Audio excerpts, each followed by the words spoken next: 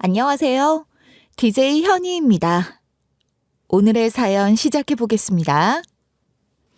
안녕하세요. 저는 아픈 상처를 겪었던 30대 후반 여자입니다. 여러분들은 살면서 드라마 같은 일을 겪어본 적이 있으신가요? 이게 정말 나한테 일어날 수 있는 일인가? 정말 꿈을 꾸는 게 아닐까 하는 기분이 드는 일. 저는 제게 이런 일 같은 건 평생 찾아오지 않을 거라 생각했어요. 기적이라든지 운명이라든지 이런 단어는 제게 어울리지 않는다고 생각하기도 했고요. 다른 사람에게 제 이야기를 맘 터놓고 한 번도 해본 적 없던 제가 오늘 이렇게 사연을 보내게 된 건 정말 기적 같은 일이 일어났다는 것을 말씀드리고 싶어서입니다. 그럼 이야기를 천천히 시작해 보도록 하겠습니다. 저는 보육원에서 자랐습니다. 원장 선생님 말씀으로는 태어난 지 얼마 되지 않아 보육원으로 들어왔다고 하더라고요.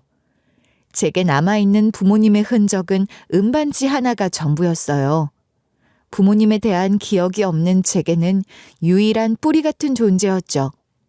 그 반지는 너무 커서 손가락에 낄 수가 없었기에 항상 목걸이 줄에 걸어 목에 걸고 다녔어요.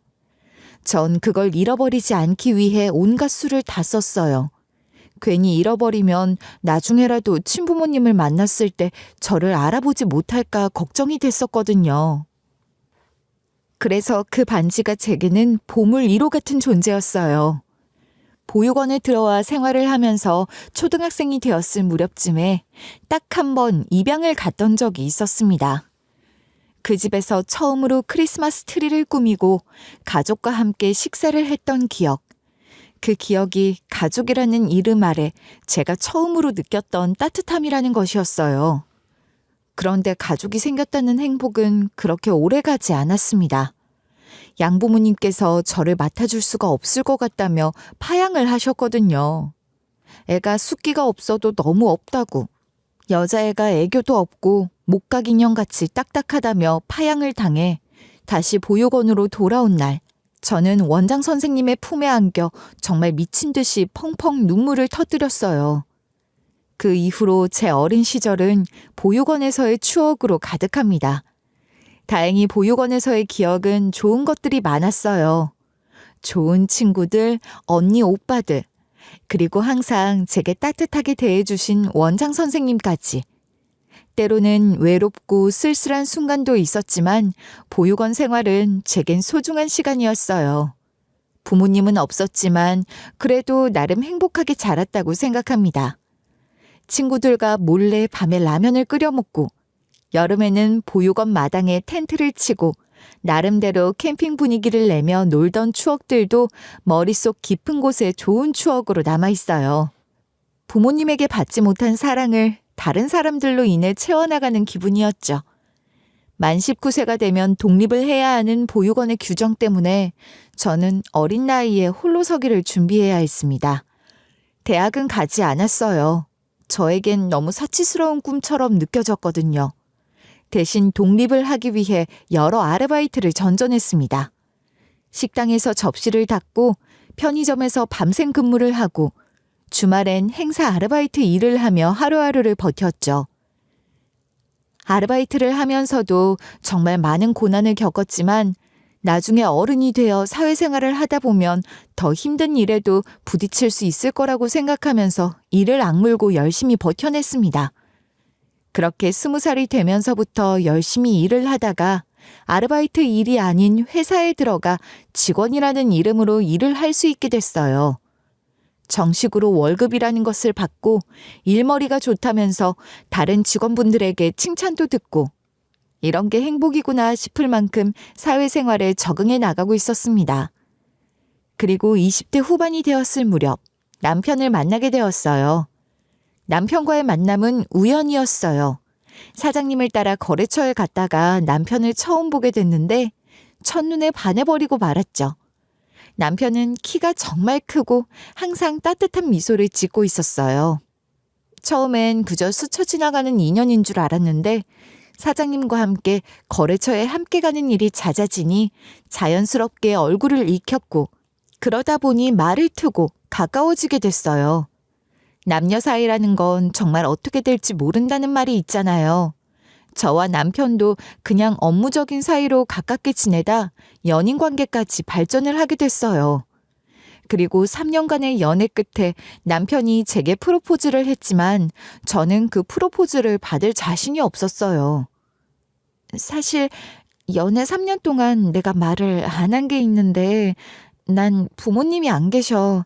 태어난 지 얼마 안 돼서 보육원에 맡겨졌고 입양을 한번 간 적은 있는데 얼마 안 가서 파양당했어. 그 이후부터 성인이 되기 전까지 보육원에서 쭉 살았어. 이런 나라도 괜찮아? 정말? 왜 그동안 말 안 했어? 많이 힘들었겠다. 나는 그런 거 상관없어. 그렇게 힘들게 살았는데도 넌 구김살 하나 없이 이렇게 예쁘고 똑부러지게 잘 커줬잖아. 그런 건 전혀 흠이 되지 않아. 되려 더 멋있어 보이기만 하는 걸. 그러니까 아무 걱정 말고 내 프로포즈 받아줘. 평생 옆에서 기댈 수 있는 든든한 동반자가 되어줄게. 보육원에서 자랐다는 이야기를 듣고서도 저를 멋있는 사람으로 만들어주는 남편이 그저 고맙기만 했어요. 그렇게 저는 남편의 프로포즈를 받아들였고 천천히 결혼 준비를 시작했습니다. 하지만 난관이 딱 하나 있었어요. 바로 남편의 부모님께 인사를 드리러 가는 것이었죠. 제 과거 이야기를 들은 시부모님은 부모 없는 보육원 출신이라는 이유로 결혼을 강경히 반대하셨어요. 부모님이 조금 보수적이셔서 그래. 그래도 난 포기 안 해. 당신이 인사드리러 가면 마음이 바뀌실 수도 있을 거야. 그래도 부모님이 싫다고 하시는데 괜찮을까?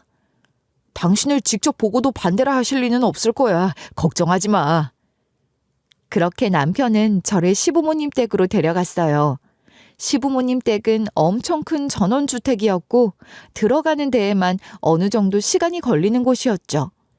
그리고 조심스럽게 집 안으로 들어가 거실에 앉아있는 시부모님과 마주했을 때 공기가 묘하게 무거워지는 것이 느껴졌어요. 인사를 드렸는데도 저를 바라보는 차가운 시선 때문에 숨이 턱 막히는 것 같았습니다. 그렇게 남편은 저를 소파에 앉힌 후 시부모님의 눈치를 보고 있었고 저는 조용히 손을 모으고 한 명이라도 말을 꺼내길 기다리고 있는데 갑자기 어머님이 저를 보고 대뜸 이렇게 물어보는 거예요. 잠깐만, 혹시 어렸을 때 어디 보육원에 있었니? 네? 아, 저는 희망보육원에 있었어요. 어머, 희망보육원? 그러면 혹시 어릴 적에 입양됐던 적이 있어? 대충 초등학교 다닐 나이 때 말이야. 저는 그 질문에 이상함을 느끼다가도 물어보시는 대로 대답을 다 해드렸어요. 그런데 그 순간 시부모님의 표정이 급속도로 굳어지셨습니다. 갑자기 일어난 상황에 남편도 적잖게 당황한 듯 보였죠. 그런데 얼마 지나지 않아 아주 충격적인 사실을 알게 됐어요. 제 눈앞에 앉아 계시던 시부모님이 저를 어릴 적 입양했다가 파양하신 양부모님이라는 것이었습니다. 세상에 이런 우연이 있을까요? 저는 너무 놀라서 말을 잇지 못했어요.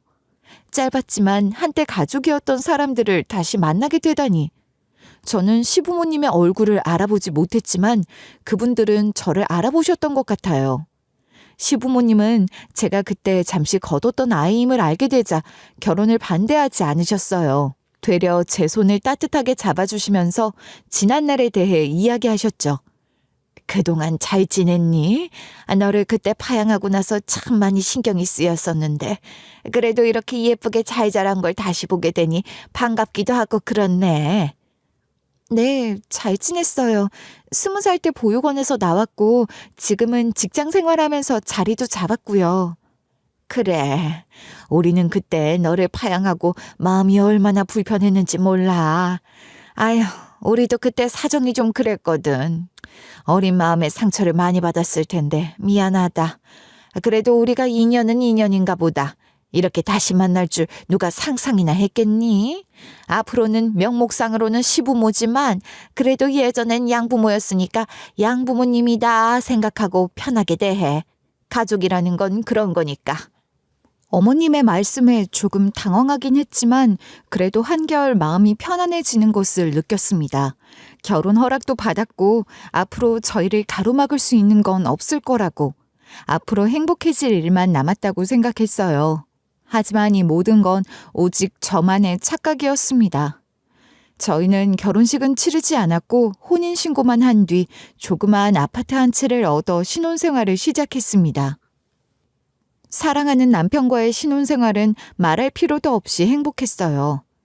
시부모님께서도 처음에는 자주 전화를 걸어주시면서 불편한 건 없는지, 남편이 잘해주는지 등을 여쭤보시며 저를 챙겨주셨죠. 하지만 시간이 지나면서 점차 시부모님의 분위기도 달라졌습니다.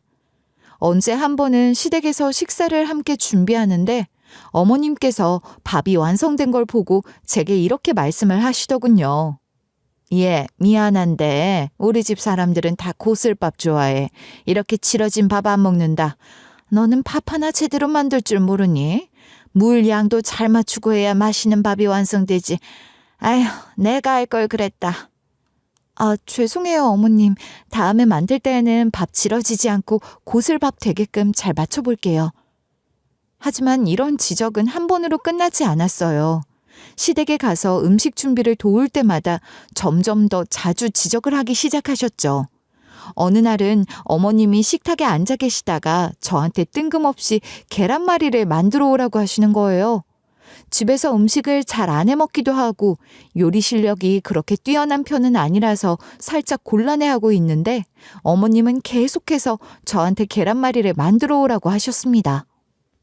우더른의 부탁이니 거절할 수 없었던 저는 결국 엉성한 실력으로나마 계란말이를 만들어 갔어요. 아유, 이 계란말이 너무 짜다. 소금을 통으로 들이부었니? 아, 그리고 모양은 또 왜 이렇게 삐뚤빼뚤해? 요리의 기본 중에 기본이 계란말이인 것도 모르니 너는? 죄송해요, 어머님. 제가 계란말이는 잘 못해서. 조금 익었다 싶었을 때 바로바로 뒤집어 말아서 구워야 맛있는 계란말이가 완성될 거 아니야. 다시 만들어 와. 저는 그날 계란말이만 17개를 만들어야 했어요. 놀랍게도 이걸 다 드시지도 않고 한 입 먹고 버리고 한 입 먹고 버리고를 반복했습니다. 이거는 겉이 너무 익은 것 같아서 탄내나서 싫다. 이거는 너무 퍼석퍼석해서 별로다. 이거는 너무 짜다. 이거는 너무 싱겁다. 온갖 소리를 하시며 제게 다시 만들어 오라는 말만 반복하셨고 딱 17개까지 만들고 나서야 어머님은 만족하신 듯 계란말이를 드셨습니다. 불 앞에서 계란말이를 구우면서도 이게 뭐 하는 짓인가 싶은 생각을 지울 수가 없더라고요. 제가 더 스트레스를 받았던 건 계란말이를 만들라고 시키면서 어머님이 덧붙인 말이었습니다. 시어머니이기도 하지만 양어머니이기도 하니 이런 걸 시키는 건 엄마로서 당연한 거라는 말. 그 말을 듣고 나니 할 말이 없더군요. 그런데 여기서 더 웃긴 게 뭐였는 줄 아세요? 바로 남편의 태도였습니다. 처음에는 제게 세상 모든 것을 다 갖다 바칠 것처럼 굴었던 남편은 날이 가면 갈수록 점점 소홀한 모습을 보였어요. 시댁에 가면 티가 날 정도로 시부모님의 눈치를 받고 제가 이런 일을 당해도 수수방관만 할 뿐 저를 적극적으로 감싸주지 않았습니다. 보통 아내에게 이런 식으로 행동을 하면 남편들이 중간에서 중재를 해준다던가 이런 게 있어야 하는데 남편은 그런 것이 전혀 없었어요. 제가 참다 너무 힘들어서 남편에게 한풀이를 해도 그저 심드렁하게 넘길 뿐이었습니다. 어머니가 당신 요리 실력 키워주려고 일부러 그러시는 거지. 되려 어머니한테 감사해야 하는 상황 아니야? 아니, 그게 문제가 아니라 드시지도 않을 계란말이를 17개나 만들라고 시키시는 게 문제란 거야. 아깝잖아. 요즘 계란값도 한두 푼 하는 게 아닌데. 누가 보면 당신한테 계란값 달라고 한 줄 알겠다. 그냥 그러려니 하고 받아들여. 그리고 불만 있으면 나한테 투덜거리지 말고 어머니한테 가서 직접 말해. 그러시지 말라고. 힘들다고. 그렇게 말할 용기도 없으면서 뭘. 제 고민을 아무렇지 않은 것으로 치부하며 되려 제가 징징거리는 사람으로 만들어버리는 남편의 태도에 굉장히 실망을 했습니다. 이제와 생각을 해보면 남편은 연애 때도 그렇게 적극적으로 부모님을 설득한다든지 하는 태도는 보이지 않았던 것 같기도 해요. 꼭 제가 아니면 안 된다 이런 태도를 보인 적도 없었던 것 같고 남편은 부모님에게 의견 하나 제대로 피력하지 못하는 사람이라는 걸 결혼을 하고 난 후에야 알아차렸습니다. 그 후 어머님은 저를 더욱 노골적으로 구박하기 시작하셨어요. 시댁에 갈 때마다 여기가 더럽네 저기가 더럽네 하면서 제게 물걸레를 쥐어주며 닦으라고 말씀하셨고 또 먼지가 쌓인 곳은 먼지털이로 꼼꼼히 털어내라고도 하셨습니다. 솔직히 말하면 제가 이 집에 며느리로 들어온 게 아니라 몸종으로 들어온 것 같다는 느낌도 들었어요. 당연히 청소 정도는 얼마든지 도와드릴 수 있었습니다. 음식 같은 것도 옆에서 도우라면 좋은 마음으로 도울 수도 있었지만 뭐만 하면 안 좋은 말이 먼저 튀어나오니 가벼운 마음으로 도와드릴 수가 없었어요. 예, 너는 보육원에서 성인이 되기 전까지 지냈다면서 거기서 기본적인 청소 같은 것도 안 도와주던? 여기 먼지랑 얼룩이 그대로 남아있잖아. 이런 게 보이지 않을 때까지 팍팍 닦아야지, 팍팍. 아니에요, 어머님. 거기 아까 전에 깨끗하게 닦았는데. 세상에, 엄마가 그렇다면 그런 줄 알아야지. 말대꾸까지 하는 거 봐. 어릴 땐 한마디도 못하고 우물쭈물 하던 애가 이제 완전히 대바라져서는 안 되겠다. 내가 양엄마로서 아주 따끔하게 정신머리 교육을 좀 시켜놔야겠어. 시모가 말하는 정신머리 교육이 뭘 뜻하는지 아세요? 바로 제게 손을 대는 것이었습니다. 본인이 시키는 것을 제대로 하지 않으면 가차없이 손과 발이 날아왔고 그 부위는 머리부터 발끝까지 저의 몸 전체가 대상이었어요. 아버님과 남편은 제가 시모에게 그렇게 당하고 있으면 먼발치서 구경만 할 뿐이었죠. 그 누구도 말리는 사람 하나 없이 외면하고 방관을 하고 있다는 것이 너무 기가 차더군요. 더군다나 남편은 어머님이 저를 손대는 행위 자체를 당연한 것으로 여기고 있었습니다. 원래 말 안 들으면 손을 대는 게 약이긴 해. 나도 어렸을 때 어머니한테 그렇게 교육받으면서 컸어. 지금 나 봐. 완전 사람 됐잖아. 당신도 몇 번 당해보면 정신이 확 들 거야. 그거야 어릴 때 이야기지. 아니, 어릴 때도 그렇게 교육을 하는 건 잘못된 거야. 사람 몸에 손을 대는 것 자체가 잘못된 거라고. 당신은 그걸 어떻게 그렇게 당연한 것처럼 여겨? 내가 전에도 말했지. 우리 어머니 방식에 문제가 있다고 생각하면 어머니한테 직접 가서 이야기하라고. 나한테 백날 이렇게 불평불만하고 떠들어봤자 달라지는 거 하나도 없다니까. 내가 당신 편을 들 것 같아. 평생을 같이 살아온 어머니 편을 들 것 같아. 어머니 앞에서 이야기 못 꺼낼 거면 나한테도 아무 말 하지 마 그냥. 힘이 쭉 빠지는 것 같았어요. 안 그래도 스트레스를 받고 너무 힘든데 남편까지 이런 식으로 이야기를 하니 더 이상 이 남자랑 살 수 없겠다는 생각까지 들더군요. 그래서 저는 결국 결혼한 지 1년도 되지 않아 남편과 이혼을 하기로 결심했어요. 그러지 않으면 제가 살 수 없을 것 같았거든요. 다음 날 큰맘 먹고 두 분께 드릴 말씀이 있으니 집으로 찾아가겠다고 연락을 드렸어요. 그리고 남편에게도 퇴근을 하면 시댁으로 오라고 연락을 했죠.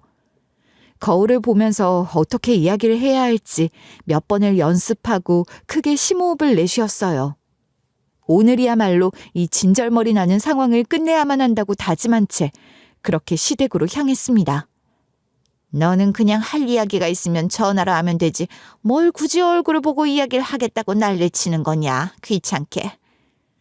꼭 얼굴을 보고 드려야 할 중요한 말씀이라서요. 저 이 사람이랑 헤어지려 합니다. 어떻게든 견뎌보려고 했는데 도저히 못 버티겠어요. 제가 너무 힘들어서요. 잠깐만, 뭘 하겠다고? 이혼? 너 지금 장난하는 거냐? 아니요, 장난 아닙니다. 진심으로 말씀드리는 거예요. 처음에는 저도 다 견뎌보려고 했어요. 며느리니까. 그리고 어머님 아버님께서 본인들의 양부모라 생각하라고 하셨으니까 다 참으려고 했어요. 그런데 어머님, 저한테 어떻게 하셨어요? 제 몸에 손까지 대가면서 온갖 폭언이란 폭언은 다 하시고 막대하셨죠? 아버님은 그거 보고 아무 말 없이 반감만 하셨고요. 이게 뭘 잘못 먹었나? 어디 양부모 앞에서 큰 소리를 내? 그리고 네가 부모 밑에서 안고서 모르는 거다. 다른 자식들도 다 부모한테 맞고 살고 그런 거라고. 그런데 그깟 걸로 그 주둥이에서 이혼이란 말을 해? 감히? 네, 저 무슨 수를 써서든 이혼할 거예요. 이 사람이랑 절대 평생 같이 못 살아요. 차라리 혼자 살면 살았지. 이런 가족 저한테는 필요 없어요. 누군가에게 제 의견을 이렇게 당당하게 이야기를 한 적은 처음이었어요. 말하다 보니 감정이 확 북받쳐 올라서 눈물까지 나오더군요. 어머님과 아버님은 황당하다는 듯 아무 말도 없이 저를 쳐다보고 계셨어요. 그때 남편이 집 안으로 들어왔습니다. 찬바람이 쌩쌩 불고 있는 집안 분위기에 제가 눈물까지 흘리고 있으니 남편도 적잖게 당황한 것처럼 보였어요.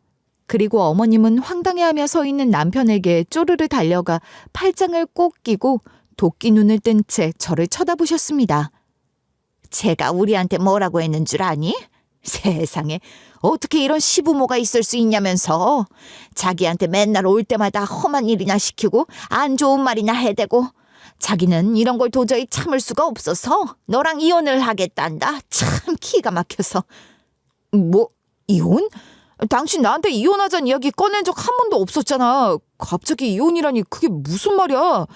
그리고 이혼은 나랑 둘이 이야기할 문제지. 이렇게 우리 부모님이 사시는 곳까지 찾아와서 대놓고 이야기를 할 문제는 아닌 것 같은데? 그럴 문제 맞아. 당신하고 둘이 이야기를 하면 뭐 바로 답이 나와? 그리고 당신이랑 이혼을 하기로 마음먹은 건 어머님 아버님 때문이 크니까 여기 와서 당당하게 이혼하겠다고 말씀드린 거야. 그게 문제가 돼? 보자 하니까 우리 집안을 제대로 망신시키려고 아주 작정을 한 모양이구나. 여보, 당신이 아주 혼쭐을 좀 내줘야겠어. 아버님께서 말을 마치자마자 어머님께선 기다렸다는 듯이 제게 달려드셨고 기다렸다는 듯 제 몸에 손을 대기 시작하셨어요. 늘 있는 일이었지만 오늘은 느낌이 달랐습니다. 가슴속에서 뜨거운 덩어리 같은 게 울컥 올라오는 것 같았어요. 내가 남편을 더 이상 사랑하지 않아서 이혼을 하겠다고 한 건데 왜 이렇게 당해야 하는 건지. 심지어는 제가 그렇게 당하고 있는데도 옆에 서 있는 남편과 아버님은 아무것도 하지 않고 되려 잘한다면서 어머님을 더욱 부추기고 있더군요. 더 당해봐야 헛소리를 하지 않는다면서 말이죠. 그때였습니다. 제가 참다 못해 저항을 했고 그 과정에서 저를 잡고 있던 어머님과 저 둘 다 몸이 틀어지면서 뒤로 넘어지게 됐어요. 그리고 저는 넘어지면서 뒤에 있는 탁자 모서리에 강하게 머리를 부딪혔습니다. 쿵 하고 귀에 울리는 소리와 함께 시야가 흐려졌고 삐 소리와 함께 그대로 정신을 잃고 말았어요. 그렇게 얼마간의 시간이 지났을까? 눈을 떴을 때 눈앞에 보인 것은 하얀 천장이었습니다. 병원 특유의 냄새가 코를 찔렀고 동시에 두통과 울렁거림이 확 밀려왔어요. 고개를 돌려보니 의사 선생님께서 심각한 표정으로 서 계시는 것이 보이더군요. 어떻게 된 거예요? 제가 여기 왜... 머리를 크게 다치셔서 앰뷸런스에 실려오셨어요. 기본적인 검사는 끝났는데 다행히 뇌출혈이 있다거나 그런 건 없으니 안심하셔도 됩니다. 그런데 일단 입원 치료는 하시는 게 좋을 것 같아요. 왜냐하면 뇌라는 게 그렇거든요. 당장에는 아무 이상 없는 것 같아도 나중에 어떻게 될지 모르는 게 뇌라서요. 아무 이상 없다면서요. 그럼 앞으로도 아무 이상 없을 거 아니에요. 저 퇴원할게요. 꼭 그렇게 말씀하시는 분들이 나중에 돼서 이상 생겼다고 병원 소송 걸고 그러시더라고요. 나중에 문제 생기면 저희 탓 안 할 자신이 있으세요? 그럼 가셔도 되고요. 아니면 3일 정도라도 입원을 좀 하시고 치료를 받으시고요. 결국 저는 3일 동안 입원하는 것을 선택했어요. 아무 이상이 없는 것 같아도 나중에 문제가 생기면 곤란하니까 입원하는 게 낫겠다 싶었죠. 제 옆에는 너무나도 당연했지만 아무도 없었습니다. 시댁 식구들은 앰뷸런스만 불러주고 누구도 보호자로 동행하지 않은 것 같았어요. 그렇게 입원을 결정하고 입원실을 배정받은 지 얼마 지나지 않아 병실 문이 조심스럽게 열리고 딱 봐도 나이가 들어 보이는 의사 선생님이 들어오셨어요. 그리고 기본적인 것들 몇 가지 물어보시는데 계속해서 제 얼굴을 빤히 쳐다보시는 거예요. 정말 부담스러울 정도로 말이죠. 그 후 의사 선생님께선 병실을 나가셨고 뒤따라 수액을 놓아주러 온 간호사님께 저분이 이 병원의 병원장이라는 사실을 알게 됐어요. 이 병원은 참 희한하다.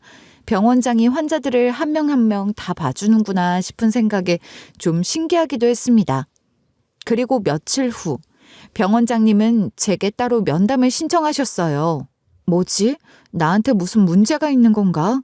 나는 분명히 아무 문제가 없다고 그랬었는데 온갖 생각을 하면서 병원장실 안으로 들어갔고 병원장님은 제게 따뜻한 차 한 잔을 내어주셨습니다. 서로 대화가 오고 가야 하는데 아무 말도 하지 않으시고 그저 제 얼굴만 빤히 쳐다보고 계시니 너무 민망하기도 하고 그렇더라고요. 그렇게 한참 동안 이어진 고요한 침묵을 깬 건 병원장님이셨습니다. 미안해요. 내가 얼굴을 너무 빤히 쳐다봐서 좀 불편했죠? 이상하게 보면 볼수록 옛날에 잃어버린 내 딸 생각이 많이 나서 나도 모르게 그만 정신을 놓고 빤히 쳐다보게 됐어요. 불쾌했다면 사과할게요. 아니에요. 그럴 수 있죠. 조금도 불쾌하지 않았어요. 따님이 저랑 많이 닮으셨나 봐요. 그런데 어쩌다가 잃어버리신 건지 여쭤봐도 될까요? 저한테는 눈에 넣어도 아프지 않을 외동딸 하나가 있었어요. 세상에 태어나 그렇게 사랑스러운 아이는 본 적이 없다고 이야기를 할 정도로 예쁘고 사랑스러운 아이였죠. 그런데 그거랑은 별개로 난 가정을 잘 돌보질 못했어요. 그때는 병원장이라는 직위가 아니었거든요. 정신없이 바쁘기도 했고 병원에서 밤을 새기도 하고 그러다 보니까 아이랑 아내한테 크게 신경을 못 써줬어요. 아이가 말을 하는지 젖은 떼는지 그런 것 하나도 모르는 아주 못난 아버지였죠. 정신없이 바쁘셨다면 충분히 그럴 수도 있죠. 아내분도 선생님 사정을 다 이해해 주셨을 것 같은데. 아내는 그런 나를 이해해 주지 못했어요. 항상 제가 집에 들어오면 욕을 하고 싸움을 하고 아주 난리도 그런 난리가 없었죠. 그러던 어느 날 집에 들어갔더니 딸이 없는 거예요. 아내한테 물어도 아무 대답을 해주지 않아서 그날부터 정신 나간 사람처럼 딸을 찾아 헤매기 시작했어요. 보육원이란 보육원은 다 전화를 걸고 차를 타고 돌아다니고 경찰에 신고를 하고 주말마다 전국을 돌아다녔고 실종 아동을 찾는 부모 모임에도 참석했어요. 그럼에도 불구하고 딸의 흔적은 찾을 수가 없었죠. 아이가 소리 소문도 없이 사라진 거네요. 어디로 간 건지 아내분은 알고 계신 것 같은데 말도 안 해주시고 너무 속상하셨을 것 같아요. 그렇게 대화를 나누던 중 저는 충격적인 사실 하나를 알게 됐어요. 그렇게 허무하게 잃어버린 딸의 기록과 저의 기록이 모두 일치한다는 부분이었죠. 이름도 생일도 그리고 눈 옆에 있는 특유의 출생점과 손가락에 끼고 있는 반지까지 모두 다. 솔직히 다른 건 몰라도 반지를 언급하셨던 건 좀 많이 놀랄 수밖에 없는 부분이었어요. 저의 새끼손가락에 끼워져 있던 반지는 제가 보육원에 들어오면서부터 목에 걸려 있었던 반지였고 성인이 되자 새끼손가락에 사이즈가 딱 맞아떨어져서 쭉 끼고 있었거든요. 쉽게 말해 지금 이렇게 환자의 시점에서 대화를 나누고 있는 제가 병원장님이 잃어버린 딸일 수도 있다는 것이었습니다. 내가 면담을 하자고 한 건 몇 가지 묻고 싶은 게 있어서예요. 혹시 어릴 때 어디서 살았는지 물어봐도 될까요? 전 태어나서 얼마 지나지 않아 보육원에 맡겨졌다고 들었어요. 그렇다면 혹시 눈 옆에 그 붉은 점은 태어날 때부터 있었던 점이라고 하시던가요? 네, 맞아요. 원래부터 있었던 점이래요. 이걸 출생점이라고 부른다고 하더라고요. 마지막으로 혹시 새끼손가락에 끼워져 있는 그 반지를 보여줄 수 있을까요? 제 딸이 태어났을 때 제가 딸에게 선물했던 반지도 비슷한 색과 모양이었거든요. 자세히 좀 보고 싶어서 그래요. 저는 조용히 새끼손가락에서 반지를 빼어 병원장님께 보여드렸습니다. 반지는 오래되었지만 여전히 빛이 바라지 않고 반짝이고 있었어요. 병원장님은 제 반지를 보자마자 눈물을 터뜨리셨습니다. 오래전 자신이 딸에게 선물했던 디자인의 반지와 일치한다는 것이었죠. 저는 이 상황이 너무 혼란스러웠어요. 솔직히 그렇잖아요. 어른이 될 때까지 부모란 존재를 모른 채 살아왔는데 이렇게 갑자기 친부가 나타나다니. 이런 건 가상현실에서나 일어날 법한 일이라 생각했는데 제게 이런 상황이 펼쳐질 줄은 꿈에도 생각하지 못했어요. 이걸 진짜라고 받아들이기도 좀 애매했고 말이죠. 그래서 저는 진짜임을 확인하고 싶었어요. 병원장님이 제게 거짓말을 할 이유도 없었지만 그렇게 애타게 찾았던 친딸이 아니라 비슷한 사정을 가진 사람일 수도 있으니 괜한 희망을 가지기보단 조금 더 확실하게 하는 게 좋을 것 같다는 생각이 들었거든요. 그게 서로한테 더 좋은 일이기도 했고요. 만약 말씀해주신 부분들이 하나도 빠짐없이 사실이라면 제가 정말 병원장님의 잃어버린 딸이 맞다면 유전자 검사를 해보는 게 제일 좋을 것 같아요.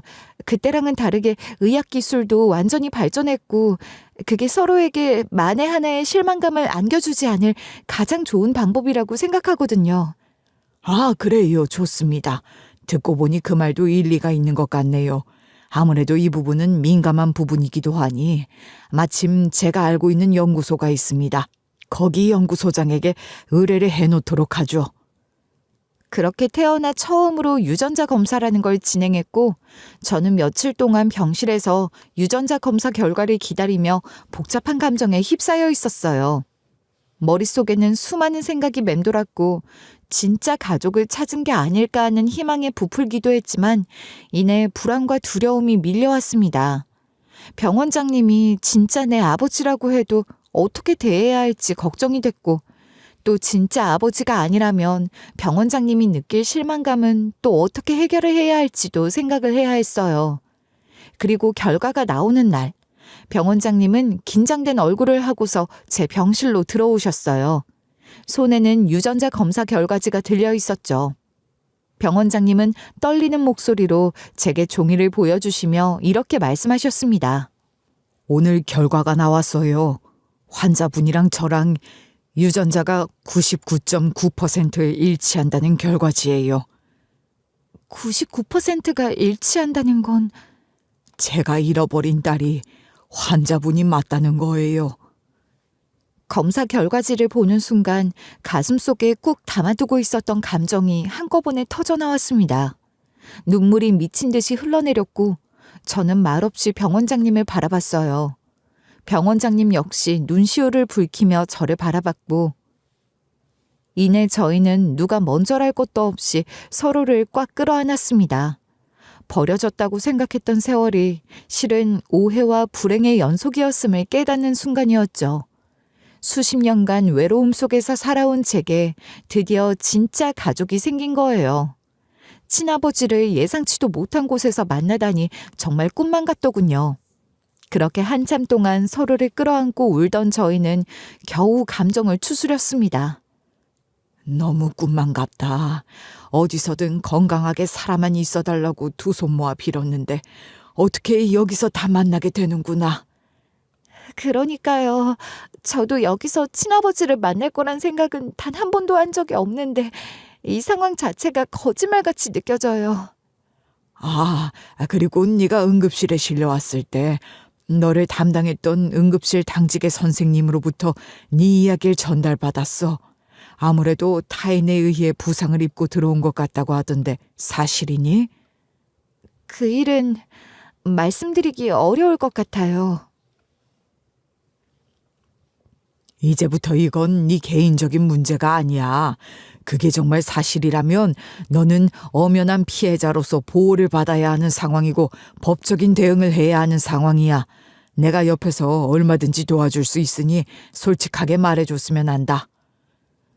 저는 이 상황에 대해 이야기를 꺼내는 것이 조금은 망설여졌지만 병원장님의 말을 듣고 용기를 얻어 그동안 시부모님 그리고 남편과 있었던 일에 대해 하나도 빠짐없이 상세하게 말씀을 드렸습니다. 제 얘기를 들은 병원장님은 얼굴이 붉게 달아오를 정도로 화를 내시면서 법적인 준비를 도와주겠다고 말씀하셨어요. 그날 이후 병원장님은 저를 위해서 신속히 법적 절차를 준비하기 시작하셨습니다. 우선 제일 먼저 본인이 알고 있는 변호사를 통해서 이런 사건에 경험이 많은 변호사들을 찾아 변호인단을 꾸렸고 첫 상담을 위해 저와 함께 변호사 사무실을 찾아주시기도 하셨어요. 변호사님은 제게 법적으로 대응 가능한 방법들을 상세하게 설명해 주셨고 그동안의 증거를 모아서 제출하는 것이 유리하다는 이야기도 해주셨습니다. 저는 제가 겪었던 모든 증거들을 체계적으로 수집해서 모아두었어요. 그리고 병원 진료 기록, 응급실 입원 기록, 그리고 신체에 남아있는 흉터 사진들까지 모두 모아두었죠. 이 모든 것도 다 증거가 된다고 하더라고요.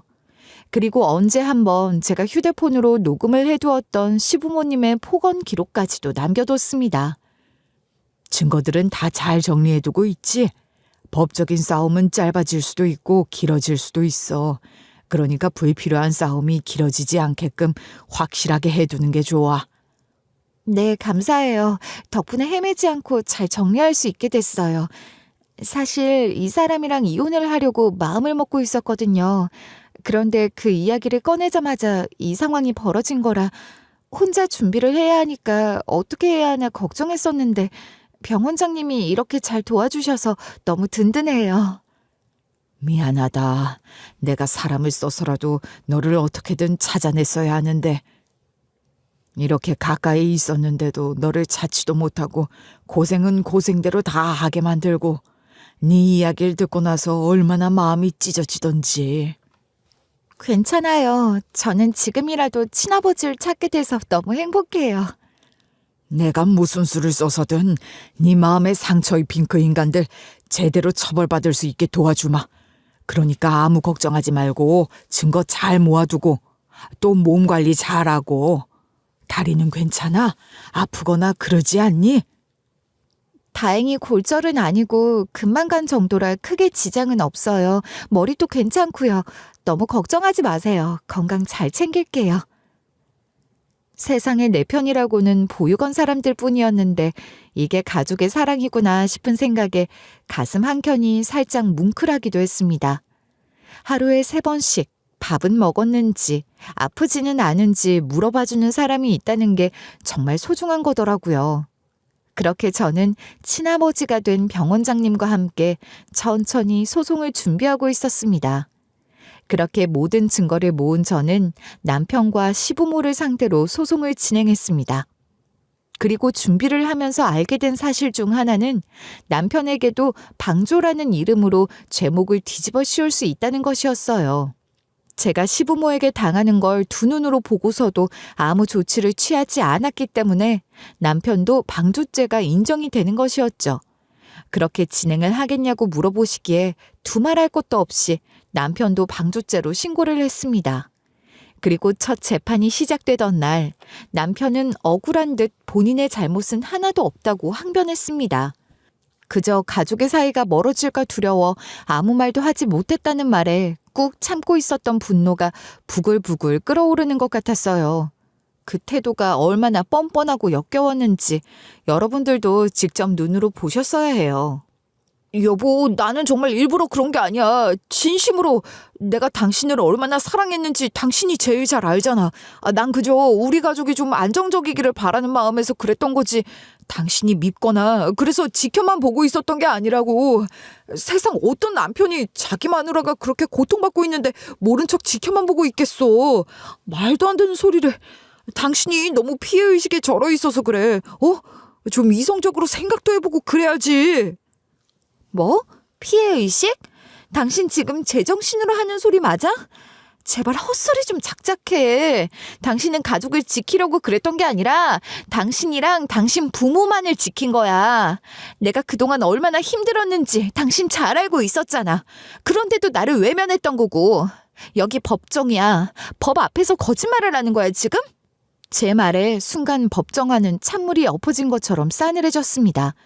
남편은 아무 말도 못하고 어버버거리며 자리에서 착석을 했고 저는 표정 변화 하나 없이 판사님만을 바라보고 있었어요. 그렇게 첫 재판은 끝이 났고 남편과 시부모님은 제게 두고 보라는 식으로 으름장을 두더군요. 제 인생을 완벽하게 망가뜨려 주겠다고, 이 일을 벌인 걸 땅을 치고 후회하게 만들어 주겠다고 말이죠. 하지만 저는 그따위 협박 같은 거 조금도 두렵지 않았습니다. 저희가 준비하고 있던 두 번째 카드가 따로 있었거든요. 그 카드는 바로 언론사 제보였습니다. 사건을 키우기 위해서 가장 좋은 방법은 바로 언론을 이용하는 것이었고, 예상했던 대로 언론은 이 사건에 큰 관심을 보였어요. 시부모님이 두 분 다 대기업에 몸담고 있었고, 과거 몇 차례 방송에 얼굴을 비춘 적이 있었기 때문입니다. 언론 보도를 통해 시부모의 폭언과 손찌검은 제게만 국한된 것이 아니었다는 사실까지 드러났어요. 직장 동료들과 하급자들에게도 평소 폭언과 손찌검이 일상이었으며 그동안 재산과 지위를 믿고 함부로 행동해왔던 사실이 익명의 사람들로부터 다수 폭로되었죠. 이 사건이 언론을 통해 공론화되자 병원장님도 의료계 네트워크를 활용해 사건을 널리 알려주셨습니다. 시부모님은 모든 혐의를 부인했고 나중에는 제게 전화를 걸어 소리를 지르기 시작했어요. 야, 그래도 우리가 널 양부모로서 잘해주고 신경을 써준 건데 그걸 어떻게 이런 식으로 갚을 수 있냐? 어? 내가 말했지. 너는 부모 사랑을 못 받고 자라서 부모들이 자식을 어떻게 키우는지 모르는 거라고. 이런 거 한 번도 안 겪고 자란 자식들 있으면 나와보라 그래. 제 주변에 다 물어보니까 그렇게 자란 자식들 아무도 없다고 하던데요. 어머님이나 아버님은 그렇게 크셨겠지만 그게 당연한 게 아니거든요. 정신 좀 차리고 반성이란 걸 좀 하셨으면 좋겠어요. 시부모 측 변호사는 저희 측의 합의를 시도해왔지만 저는 단호히 거부했습니다. 병원장님은 법적인 지식과 금전적인 지원을 아끼지 않으며 제 곁을 지켜주셨고 저 역시 더 이상 물러서지 않겠다는 결심으로 소송을 이어갔습니다. 남편은 방조 혐의로 기소될 위기에 처하고 빠져나갈 구멍이 없다는 것을 알게 되자 그제서야 제게 용서를 구했습니다. 시부모는 재판 막바지에 이르러서야 최후의 발악을 했지만 법정은 그들의 변명을 받아들이지 않았습니다. 저도 남편의 사과를 받아주지 않았고 말이죠. 그리고 재판 과정에서 시부모의 사적인 비리까지 밝혀지게 되었어요. 회사 자금을 몰래 횡령한 정황이 포착되었고 회사에서는 곧바로 해임 처리가 이루어졌어요. 회사 이미지를 대판 깎아먹은 것도 모자라서 돈까지 빼가다니 말도 안 되는 처사였죠. 시부모는 제 재판에선 집행유예와 벌금형을 선고받았고 추가로 기소된 횡령 혐의는 추가적으로 조사를 진행하게 됐습니다. 남편 역시 방조죄가 인정되어 집행유예 처분을 받았고 저는 남편을 상대로 진행한 이혼 소송에서 넉넉한 위자료를 받을 수 있었습니다. 제일 다행이었던 건 저희 사이에 아이가 없었다는 점이었어요. 아이가 있었다면 양육권 문제뿐만 아니라 아이의 정서적인 문제까지 생각을 해야 하는 부분이었기에 골치가 아팠을 텐데 그런 문제는 겪지 않고 깔끔하게 이혼을 할 수 있어서 다행이었죠. 그리고 법원의 판결에 따라 시부모님 소유의 일부 재산은 제게 정신적 피해 보상금으로 지급되었고 남편과의 이혼으로 인해 이제 시댁과의 인연은 완전히 청산을 할 수 있었습니다.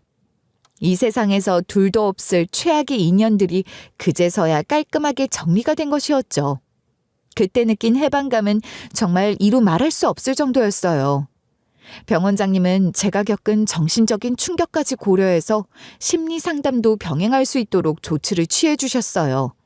그리고 변호사님은 이 모든 자료를 기반으로 남편에게 접근 금지 명령을 신청했고 시부모에 대한 접근 금지 명령도 함께 청구했습니다. 그리고 재판이 끝나고 얼마 지나지 않아 남편에게서 전화가 걸려왔어요. 가족끼리 해결할 수 있는 문제를 이렇게 골치 아프게 키우니까 좋아? 너 나 접근금지 명령 신청도 걸었더라. 그냥 아주 근처에도 못 오게 다 막아버리셨더만. 꼭 이렇게까지 해야 직성이 풀리는 타입인 줄 몰랐네 네가. 그럼 당연히 이렇게 해야지. 당신이랑 당신 부모가 앙심 품고 나한테 와서 해코지할지 누가 알아? 요즘같이 흉흉한 세상에 내 몸은 내가 지켜야 하지 않겠어? 그래, 내가 다 잘못했다. 우리 부모님도 너한테 그렇게 행동한 거 후회하고 계신데. 그러니까 빨리 네 그 변호사인지 뭔지 아는 사람한테 전화해. 사건 뒤집고 싶다고. 이 사람들 잘못 없다고 반성하고 있다고. 그리고 언론사에다가도 연락해서 일 잘 해결됐으니까 더 이상 말 얹지 말라고 연락해. 우리 가족 지금 밖에도 못 나가고 있어. 너 때문에 돌에 맞을까 봐 알아? 그건 너무 잘된 일이네. 어디 사람을 그런 식으로 대하고 회사 똥까지 횡령한 주제 고개를 뻣뻣하게 들고 다닐 생각을 해. 그리고 그렇게 이야기하는 거 보니까 하나도 반성 안 한 것 같은데 당신이랑 당신 가족들은 좀 더 당해봐야 정신을 차리겠다. 전화 끊을게. 그리고 번호 바꿀 거니까 그렇게 알고. 저는 뒤도 돌아보지 않고 전화를 끊어버렸습니다. 참나, 진짜 반성을 한 거라면 잘못했다는 말부터 먼저 나와야 정상 아닌가요? 아마 언제가 될지 모르겠지만 더 당해봐야 정신을 차릴 것 같았습니다. 그날 이후 저는 꾸준히 심리상담을 받으러 다녔어요. 치료를 받으면서 점차 괜찮아지고 있다는 것이 확연하게 느껴지더라고요. 병원장님과도 꾸준히 연락을 하면서 좋은 관계를 유지했습니다. 병원장님은 이제 저를 진심으로 친딸처럼 대해주시기 시작했어요. 오랜 시간 떨어져 있었던 만큼 해줄 수 있는 건 모두 해주고 싶다고 하시더라고요. 사실 저는 그 말을 듣고 마음이 살짝 뭉클해졌었어요. 아직 모든 것이 정리된 건 아니었지만 그래도 내 옆에 있어줄 누군가가 있다는 사실만으로도 든든함을 느꼈죠. 살아가는 동안 항상 마음 한구석에 쌓여있던 외로움과 상처가 조금씩 덜어지는 걸 느끼며 더는 혼자가 아니라는 사실에 작은 위안을 얻곤 했어요. 남편과 시부모에게 접근 금지 명령 신청을 내렸고 번호도 바꿨지만 전 남편은 어떻게 알아낸 건지 끊임없이 제게 전화를 걸어왔습니다. 하루에도 수십 통의 부재중 전화가 찍혔고 심지어 술에 취해 집 앞까지 찾아와 미친 듯이 문을 두드리는 일도 빈번하게 일어났어요. 마지막으로 말할게. 한 번만 더 찾아오면 그땐 진심으로 신고할 거야. 당신 접근금지 명령 신청 내린 거 기억하지? 당신 지금 나한테 찾아와서 이러는 것도 범죄야. 여보, 내가 진짜 잘못했어. 우리 다시 시작할 수 있잖아. 제발 한 번만 나한테 기회를 주라. 제게 잘못했다며 술 냄새를 풀풀 풍기며 사과를 하는 그의 모습은 정말이지 한없이 한심하고 초라해 보였어요.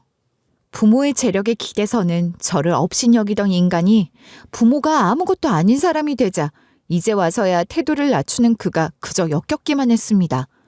저는 뒤돌아볼 것도 없이 곧바로 그를 경찰에 신고했고 접근 금지 명령 신청을 어긴 죄로 벌금을 물어내야 했습니다. 남편은 자기 전 마누라를 찾아오는 게 무슨 죄가 되며 스토킹이 되느냐며 경찰관들에게 열변을 토했지만 법적인 조치를 취한 상태에서 찾아오는 건 명백한 범죄 행위가 된다는 말을 하니 입을 꾹 다물었어요. 그날 이후 저는 집을 정리하고 다른 도시로 아예 이사를 가버렸습니다.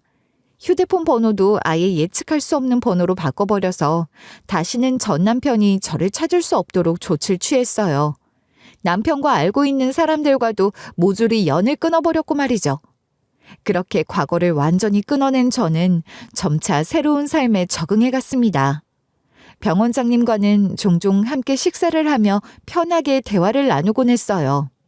그러나 저는 여전히 병원장님을 아버지라고 부르는 것이 참 어색했습니다.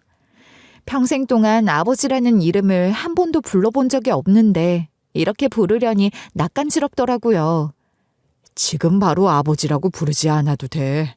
언젠가 준비가 되었을 때 그때 아버지라고 불러도 늦지 않아. 그래도 병원장님은 저를 딸처럼 대해주시는데 혹시나 기분이 나쁘실까봐 신경이 좀 쓰여서요. 당연히 아버지라는 말이 하루아침에 나오기 어려운 게 맞지. 나는 괜찮으니까 너무 걱정하지 마. 그렇게 시간이 지나면서 저는 병원장님에게 천천히 마음을 열고 있었어요. 언젠가 어른이 되어서 부모가 있다는 사실을 알게 되면 한 번쯤 만나보고 싶다는 생각을 했지만 이렇게 갑작스럽게 만나게 될 거라고는 상상도 못했기에 저도 적응을 하는 기간이 필요했습니다. 이제는 마음을 확실하게 열고 병원장님을 아버지로 받아들일 수 있겠다 싶더라고요. 그리고 구름 한 점 없이 화창한 봄날, 저는 작은 화분을 들고 병원장님을 뵈러 병원을 찾아갔습니다. 그리고 병원장님에게 망설임 끝에 용기를 내어 말을 꺼냈어요. 아버지, 날씨도 좋은데 같이 맛있는 거 먹으러 가실래요? 그 한마디에 병원장님의 얼굴에는 환한 미소가 피어올랐고 이내 고개를 끄덕이셨습니다. 병원장님의 눈가에는 눈물이 맺혔고 따뜻하게 제 손을 꼭 잡아주셨어요. 저도 웃으며 맞잡은 손을 힘주어 꼭 잡았죠. 그렇게 저희 두 사람은 이제서야 진정한 가족이 되어가는 길을 걷기 시작했어요. 한때는 벗어날 수 없는 현실에 절망에 빠졌던 저였지만 뒤늦게나마 친아버지와 상봉하고 정의를 실현하며 스스로를 지켜내며 행복을 찾아가는 새로운 삶을 시작할 수 있었어요. 이 모든 건 아버지 덕분이라고 생각하고 있어요. 이후 저와 아버지는 매주 만나 식사를 하며 서로에 대해 조금씩 알아가는 시간을 가지고 있어요. 아버지는 지난날 저에 대한 그리움을 털어내셨고 저는 보육원에서 보낸 행복했던 시간을 털어놓았죠. 저는 최근에서야 깨달았습니다. 진정한 가족이란 피로 맺어지는 것이 전부가 아니라 서로를 지켜주고 사랑하는 마음으로 완성된다는 사실을. 제 행복은 이제 막 시작되었지만 저는 예전처럼 더 이상 혼자가 아니에요. 저를 진심으로 걱정해 주시고 사랑해 주시는 아버지와 앞으로 남은 시간들을 알차고 행복하게 살아가 보려고 합니다. 상처받은 마음도 잘 치료를 할 것이고 행복해지기 위해 더 많이 노력하면서 웃어보려 해요. 제 이야기는 여기까지입니다. 끝까지 잘 들어주셔서 진심으로 감사드립니다.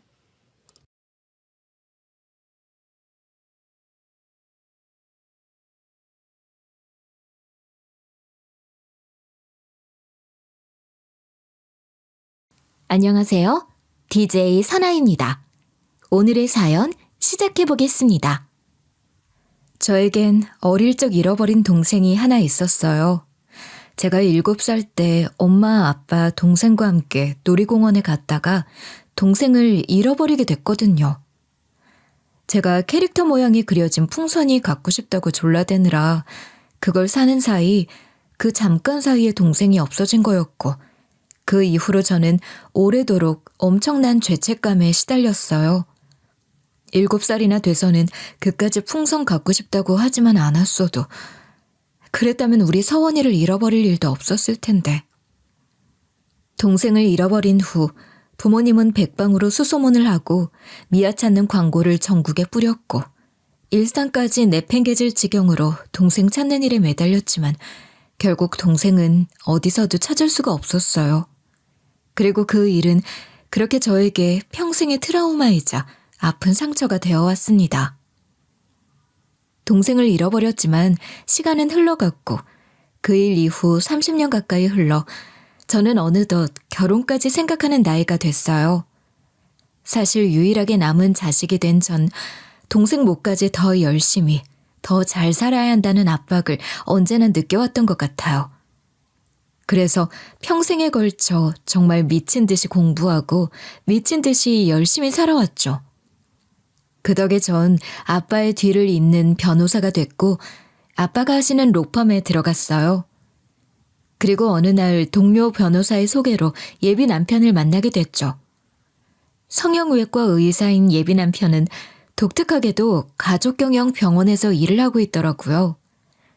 예비 남편의 아버지와 형, 그리고 형수까지 4명이 모두 성형외과 의사로 함께 병원을 운영하는 좀 특이한 케이스였죠. 알다시피 우리 집은 대대로 의사 집안인데 너희 집은 대대로 변호사 집안이라고 들었다. 그러니 서로에게 얼마나 도움이 되겠어. 이런 게 바로 인연이라고 하는 건가 보다. 안 그러니? 그래, 아버지께서 포럼을 하신다고? 엄마, 포럼이 아니라 로펌이요. 그래, 로펌. 너무 좋아서 말이 헛나오고 그러네. 아유, 부모님이 어쩌면 이렇게 예쁘게 잘 키우셨을까. 너무 자랑스러우시겠다. 아버님이요 변호사 일도 하고 듣자 하니 일도 아주 잘한다면서? 아닙니다. 그냥 겨우겨우 쫓아가고 있어요. 마음 같아서는 당장이라도 며느리로 모셔오고 싶네 그냥. 내 정신 좀 봐. 너무 좋아서 말하느라 밥도 못 먹고 기다리게 했네 그냥. 자, 어서 먹자. 차린 건 별로 없지만. 처음 집으로 인사를 간 날 예비시모는 과하다 싶을 정도로 저를 엄청나게 마음에 들어하면서 반기더라고요. 남편 형 내외까지 온 식구가 함께 상다리 부러져라 차린 음식을 먹었죠. 그런데 남편의 남동생 부부는 보이질 않더라고요. 참, 근데 당신 동생은 안 보이네? 오늘 바빠서 못 왔나 봐? 궁금했는데. 걔는 좀 바빠서. 참, 로펌이 알고 보니까 우리 병원이랑 그렇게 멀지 않더라고. 이것도 참 인연 아니니? 네, 그러게요. 남동생에 대한 질문을 하자 예비 남편은 제대로 답을 않고 말을 흘리더군요. 다른 식구들도 어쩐지 눈치를 보는 느낌이 들었어요. 왠지 좀 느낌이 이상했죠. 그래도 그땐 크게 대수롭지 않게 여겼던 것 같아요. 집안마다 별로 내놓고 싶지 않은, 자랑스럽지 않은 자식이 있을 수도 있으니까요. 그날은 그렇게 식사를 마쳤죠. 어떻게 입맛에 잘 맞았는지 모르겠다. 덕분에 너무 포식했어요, 어머님. 어느 하나 맛이 없는 게 없어서 저 너무 먹었나 봐요. 아주머니 너무 감사해요. 요리 솜씨가 너무 좋으셔서 너무 잘 먹었습니다. 식사를 마치고 주방에 계신 아주머니한테 잘 먹었다고 인사를 하는데 웬걸? 가까이서 보니 아주머니가 아니라 저보다도 어려 보이는 분이더라고요. 인사는 무슨 인사야. 그냥 자기가 하는 일 한 것뿐인데 뭐. 얼른 가서 과일이나 먹자꾸나. 예, 과일 좀 내와라. 지난번처럼 그렇게 자르지 말고 예쁘게 좀 다듬어서. 예비 시모는 무슨 인사까지 하냐며 절 후다닥 주방에서 내보냈고 솔직히 그때도 기분이 좀 묘하더라고요. 아무리 집에서 일해주는 사람이고 또 한참 어린 사람이라지만 그렇게 저랑 인사하고 몇 마디 얘기도 못하게 하고 일만 하도록 하는 예비 시모가 영 좋게 보이진 않았던 것 같아요. 솔직히 말하면 결혼해서 시모랑 같이 살아야 한다거나 했다면 결혼 생각도 다시 해봐야 했을 것 같다고 생각했죠. 그래도 다행히 제 예비 남편은 똑부러지고 총명한 사람이었고 제 말도 잘 들어주고 공감도 잘해주는 사람이었어요. 우린 말이 잘 통했죠. 예비 남편은 본인이 성형외과로 진로를 선택하게 된 건 집안이 전부 성형외과를 하기 때문이었지. 원래는 정신의학과를 가고 싶었다면서 제 얘기를 다 들어주고 상담도 잘해줬어요. 그날도 예비 남편은 제 얘기를 잘 들어줬죠. 우리 이제 곧 결혼도 하게 될 거고 당신한테 더 이상은 비밀이 없고 싶어. 그리고 그동안 누구한테도 얘기를 못해서 나도 늘 혼자 속으로만 끙끙 앓아만 왔는데 이제 당신한테 털어놔도 되는 거잖아. 그치? 그럼 당연하지. 나한텐 뭐든 말해도 돼. 당신 무슨 고민 있어? 전 예비 남편에게 오랫동안 혼자만 품어왔던 동생 얘기를 하게 됐어요.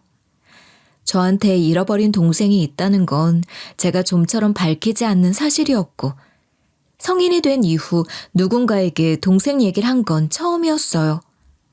누군가에게 제 트라우마를 완전히 내보인 것도 처음이었고요. 당신 너무 힘들었겠다. 내가 그 시간을 어떻게 다 헤아릴 수 있겠어. 하지만 그래도 당신한테 이거 하나만은 확실히 말할 수 있어. 그리고 당신한테 꼭 말해주고 싶어. 그건 절대 당신 잘못이 아니야. 내 말 믿어야 돼. 당신 잘못이 아니야.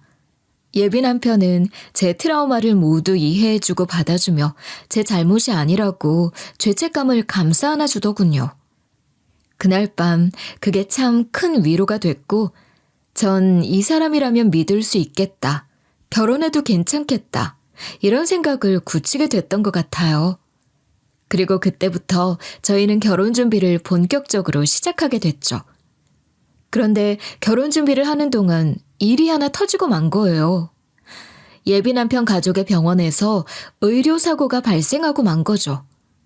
그 일로 예비 남편 집안은 완전히 비상이 걸렸고 가족들이 단체로 고소까지 당하는 상황이 발생하고 말았어요.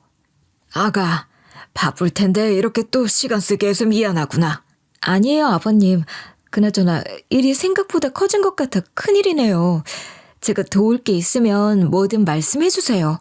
그래, 그래서 말인데 우리 네가 이 사건을 좀 맡아 변호를 해줬으면 해서 이렇게 불렀다.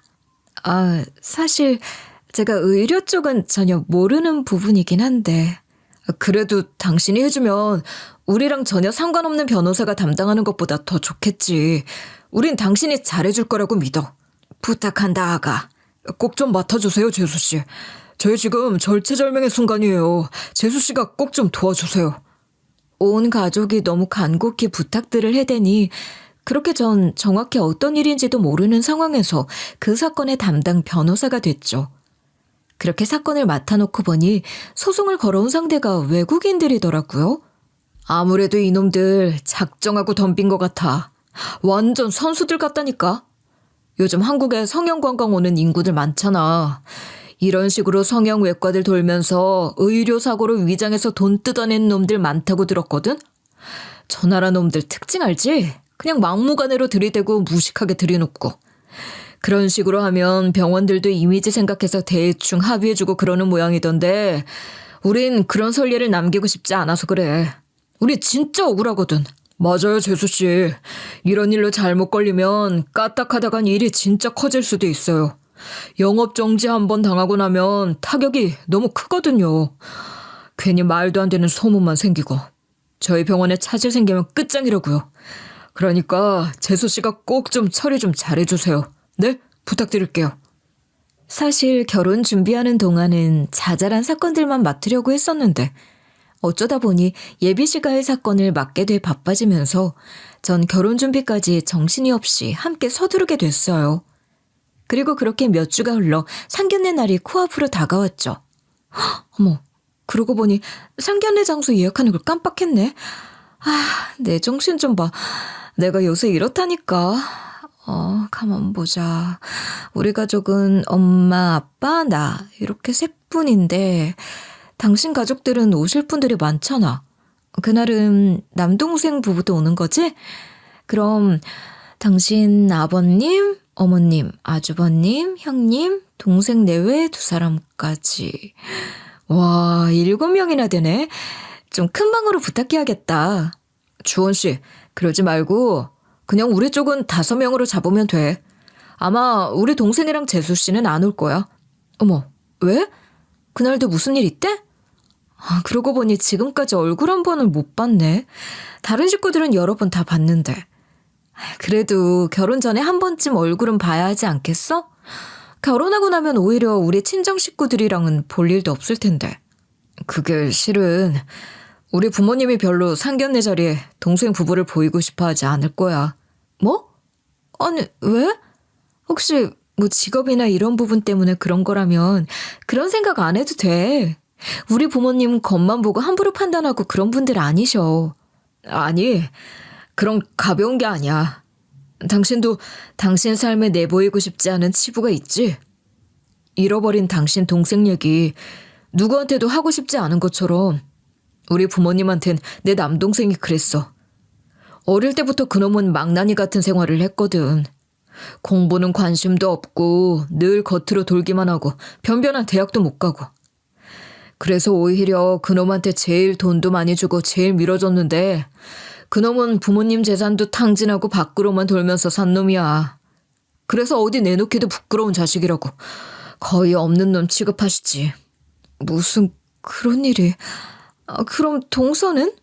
그래도 동서는 좀 다를 거 아니야. 동선 어떤데? 뭐 솔직히 꼴 보기 싫은 자식놈. 그 자식이 데려온 와이프라고 뭐 예뻐 보이겠어? 재수씨도 자연스럽게 눈밖에 나게 됐지. 게다가 사실은 재수씨가 부모 없이 자란 사람이라 그래서 더 눈밖에 난 것 같아. 아무래도 옛날 분들이다 보니 그런 생각이 좀 있잖아. 부모 없이 제대로 교육도 못 받고 자란 애가 뭐 제대로 됐겠냐. 그런 편견 같은 거. 아무튼 나야 전혀 상관없지만 우리 부모님은 남동생 부부 거의 없는 취급하고 사셔. 근데 굳이 상견례 부르는 거? 난 아니라고 봐. 부모님이 엄청 불편해하실 거야. 이건 당신이 좀 이해해주라. 그리고 장인어른 장모님께는 그냥 외국에 있다거나 대충 둘러대줘. 부탁할게. 예비 남편이 그렇게까지 얘기하니 안 된다고 데려오라고 우길 순 없었지만 솔직히 제 입장에선 쉽사리 이해가 되지 않더라고요. 부끄럽건 자랑스럽건 자식이나 형제가 있는 것만으로 좋을 것 같다는 생각밖에 안 들었던 것 같아요. 저희 부모님과 저는 우리 동생이 살아만 있다면, 저희 곁에 있기만 했다면 그것만으로도 만족할 사람들이니까요. 게다가 부모님 없이 자란 동서라면 오히려 더 품어줘야 되는 거 아니냐고요. 상진 씨, 그래, 부모님은 그렇게 생각하실 수도 있어. 부끄럽고 괜히 치부 같고 그러실 수 있지. 근데 우리 집에선 그런 걸 흠으로 잡을 사람들이 아무도 없어. 진심으로 그건 확실하게 말할 수 있어. 그러니까 일단 연락은 따로 한번 해줘. 연락을 해도 본인들이 안 온다고 하면 그건 어쩔 수 없지만 아예 초대조차 안 하면 그건 정말 아닌 것 같아. 나중에라도 같이 얼굴 볼 일이 있을 텐데 그럼 그때 내가 어떻게 동서랑 서방님 얼굴을 보겠어. 안 그래? 상진 씨, 얼른 부모님께는 말씀드리지 말고 당신이 그냥 문자라도 넣어봐. 그게 도리에 맞는 거야. 두고두고 미안해할 일 만들지 않았으면 좋겠어. 제가 그렇게 타이르자 결국 예비 남편은 제 말에 따르기로 했어요. 예비 시부모에겐 언질하지 않고 그냥 문자만 보내둔 거죠. 그런데 남동생 내외 쪽에선 연락이 없더군요. 역시 이런 자리에 올 생각은 없나 보다. 그렇게 생각하고 있었어요. 그렇게 얼마 뒤 상견례 날이 됐고 모두가 모인 자리에 예비 남편 동생 내외는 오지 않더군요. 아쉽고 허전했지만 나머지 가족들이 모여 식사를 이어가는데 얼마쯤 지났을까? 누군가 문을 똑똑 두드리더니 저희가 있는 방으로 들어오려고 하는 거예요. 문이 살짝 열렸고 여자의 얼굴이 살짝 비쳤죠. 어머, 이봐요. 여기 아니에요. 왜 남의 상견례장에 들어오고 그래요? 이상한 사람이네 정말. 갑자기 예비 시모가 화들짝 놀라며 소리를 질렀고 예비 시모가 그렇게 소리를 치니 여자는 당황한 듯 허겁지겁 문을 닫더라고요. 아유, 죄송합니다. 제가 너무 놀라서 그만 소리를 질러버렸네요. 저분이 뭘 몰라서 헤매고 있는 모양인데 소리를 너무 질러놔서 사과도 할 겸 제가 잠깐 가서 방을 좀 찾아주고 올게요. 잠시 실례 좀 하겠습니다. 예, 그러세요. 아유, 사돈께서는 참 친절도 하시네요. 방까지 직접 이렇게 찾아주러 나가시고. 네. 그런데 어째 예비 시가 쪽 공기가 영 이상한 거예요. 나머지 가족들 모두 영 불편한 얼굴을 하며 눈치를 살피는 느낌이 들더라고요. 그러다 문득 아까 그 얼굴, 그때 집에서 본 가사도우미 아닌가? 하는 생각이 퍼뜩 떠올랐죠. 그런데 가사도우미가 왜 저희 상견례 자리에 오겠어요? 설마 무슨 심부름으로 상견례 자리에 뭔가 전해주러 왔다 해도 그렇게 기겁을 하며 쫓아낼 일도 없고 또 가족들이 이렇게 모른 척할 일도 없잖아요. 생각을 하다 보니 어째 예비 시모가 그렇게 숨긴다는 아랫동서 같다는 생각이 들더군요. 죄송하지만 잠시 화장실 좀 다녀오겠습니다. 전 잠시 밖으로 빠져나왔고 두 사람을 찾기 시작했어요. 그리고 화장실에서 들려오는 소리를 따라갔고 제 예감이 적중하는 걸 목격했죠. 역시 그는 가사 도우미가 아닌 동서가 맞더군요. 죄송해요, 어머니. 아주버님께서 저한테도 주소를 보내주셨어요. 상견례 와달라고. 그래서 저도 오래 고민하다 그래도 이런 자리에 빠지는 게 예의가 아닌 것 같아 온 거예요. 제일 좋은 옷으로 골라 입고서. 어머님께서 안 좋아하실 수도 있겠다는 생각은 했지만 내가 안 좋아할 줄 알면서도 왔다? 지금 누굴 놀려? 사람 염장지르니? 이년 봐라. 이제 보니 나 아주 엿먹이려고 제대로 작정을 하고 온 거네. 아니야? 너 내가 니년 나타나면 이렇게 화들짝 놀랄 거 알고 예비사돈 쪽에 밑보이려고 작정하고 온 건 아니야? 아니에요, 어머니. 제가 그럴 리 있겠어요? 전 당연히 어머님도 동의하신 일인 줄 알았어요. 아주버님이 문자를 보내실 때 당연히 어머님께 허락을 구했을 거라고 생각했고요. 그래서 온 거지 절대 어머님한테 어떻게 제가 감히 그런 생각을 하겠어요. 근데 인연이 예비 동서는 예비 시모에게 무릎을 꿇고 막 빌어대는데 그걸 보고 어떻게 가만히 있겠어요. 게다가 상견례에 초대하는 문자를 두고 제가 남편에게 동서도 초대하자고 했다가 일이 이렇게 된 거나 마찬가지잖아요. 제가 들어가서 말려야겠다 싶어 들어가려고 하는데 그 순간 쫙 예비 시모가 동서의 뺨을 내리치는 거예요. 니까짓게 감히 여기가 어디라고 나타나. 변호사 집안이랑 결혼하려고 하는데 니까짓게 무슨 일을 망치려고 들어. 너 이년, 내가 고아라고 구박 좀 했다고 앙심을 품고 이러는 모양인데 어림도 없는 소리야. 내가 아닌 년 속셈을 모를 줄 알아? 없는 년이 지 동서 새로 들어오니 어떻게 한번 뭉개보려는 건지 뭔지. 니 꿍꿍이 내 눈에 다 보인다. 쓸데없는 작당할 생각은 하지도 말고 집에 가서 밥이나 차려놓고 있어. 네 할 일은 그거면 되니까. 알아들어 이년아? 예비 시모는 막말을 쏟아내곤 제 옷매무새를 정리한 후 화장실을 나갔고 전 벽 뒤에 몸을 숨겼죠. 그리고 예비 시모가 나간 뒤 동서가 있는 화장실로 갔어요. 새빨개진 뺨을 감싸고 눈물을 훔치고 있던 예비 동서는 절 보며 화들짝 놀라더군요. 괜찮아요. 그럴 거 없어요. 얼굴이 너무 빨개요. 이걸 어떡해?